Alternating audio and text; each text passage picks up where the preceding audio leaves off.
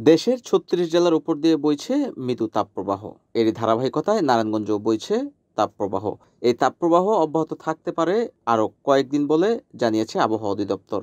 সেই সঙ্গে হালকা থেকে মাঝারি ধরনের বৃষ্টি, বজ্রবৃষ্টি হতে পারে বলে জানিয়েছেন তারা। মঙ্গলবার সকাল ৯টা থেকে পরবর্তী ১২০ ঘন্টার আবহাওয়ার পূর্বাভাসে এ তথ্য বলা হয়েছে। মৌসুমী বায়ু বাংলাদেশের ওপর কম সক্রিয় ও উত্তর বঙ্গোপসাগরে দুর্বল থেকে মাঝারি অবস্থায় রয়েছে। তাপপ্রবাহ সম্পর্কে পরবর্তী ২৪ ঘন্টায় আবহাওয়ার পূর্বাভাসে বলা হয়েছে ফরিদপুর, মাদারীপুর, টাঙ্গাইল, চাঁদপুর, ফেনী, পটুয়াখালী জেলাসহ রংপুর, রাজশাহী, ময়মনসিংহ ও খুলনা বিভাগের উপর দিয়ে মৃদু তাপপ্রবাহ বয়ে যাচ্ছে এবং তা অব্যাহত থাকতে পারে। চট্টগ্রাম ও সিলেট বিভাগের কিছু জায়গায় এবং ময়মনসিংহ, ঢাকা, খুলনা, বরিশাল বিভাগের দু-এক জায়গায় অস্থায়ীভাবে দমকা হাওয়া সহ হালকা থেকে মাঝারি ধরনের বৃষ্টি অথবা বজ্রবৃষ্টি হতে পারে। এছাড়া দেশের অন্যত্র অস্থায়ীভাবে আংশিক মেঘলা আকাশ সহ আবহাওয়া প্রধানত শুষ্ক থাকতে পারে। সারা দেশে দিন এবং রাতের তাপমাত্রা প্রায় অপরিবর্তিত থাকবে বলে জানিয়েছে আবহাওয়ার পূর্বাভাস।